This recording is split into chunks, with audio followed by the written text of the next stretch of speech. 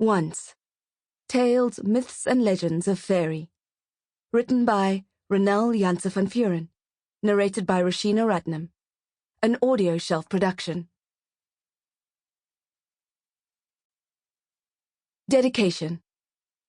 To my parents, for telling me fairy tales are real. Preface.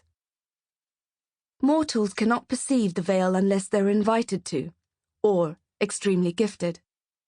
For centuries, man and fae have kept apart, for nothing good ever comes from them mixing. The collection of The Adventures of Saphira the Fairy Dog is proof of this. Still, there are magical creatures that side neither with man nor fae. Dragons are such creatures. They hold the knowledge of both worlds. Some even collect it in written word, keeping it safe in their lairs.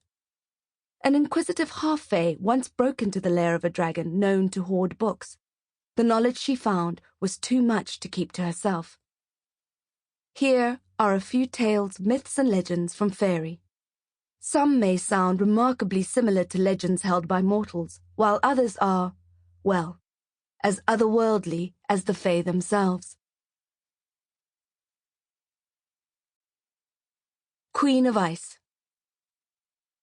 Ice crystals formed on Beara's bare arms.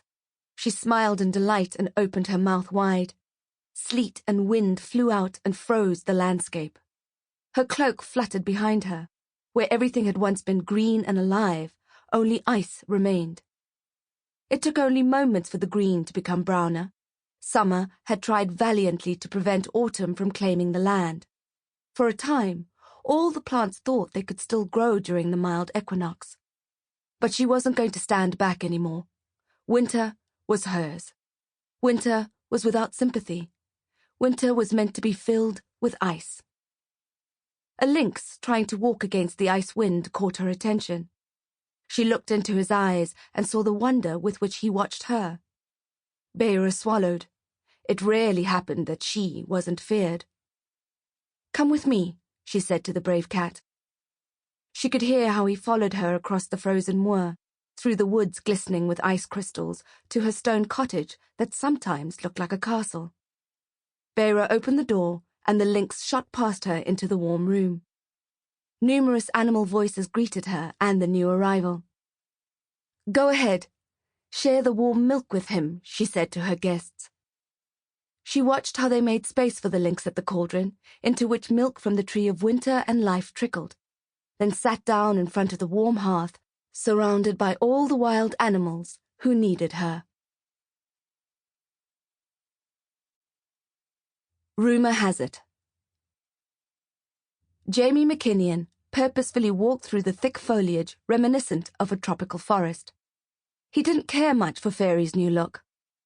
Where once everything had the distinct feel of cold Caledonian forests, moors, heaths and mountains, only the Fairy Queen's newest whim stood. It was infuriating, and it fueled the rumours making the rounds.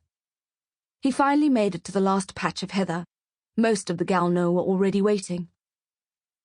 "So, what did the Queen say?" the Laird of Clan Douglas asked without greeting. Everyone shifted so they could see him.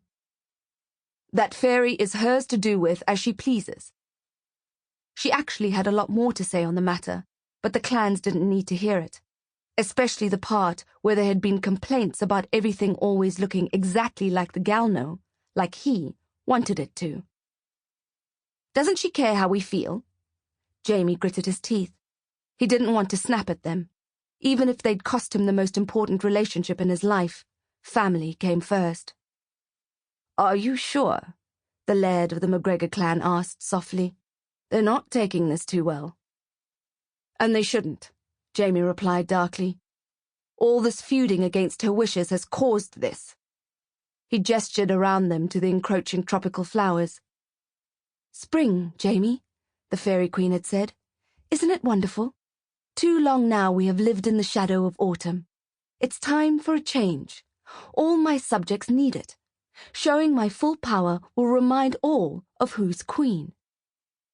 "It's our way of life. She thinks we're challenging her authority?" "Worse. She thinks we're caught..." Sample complete. Ready to continue?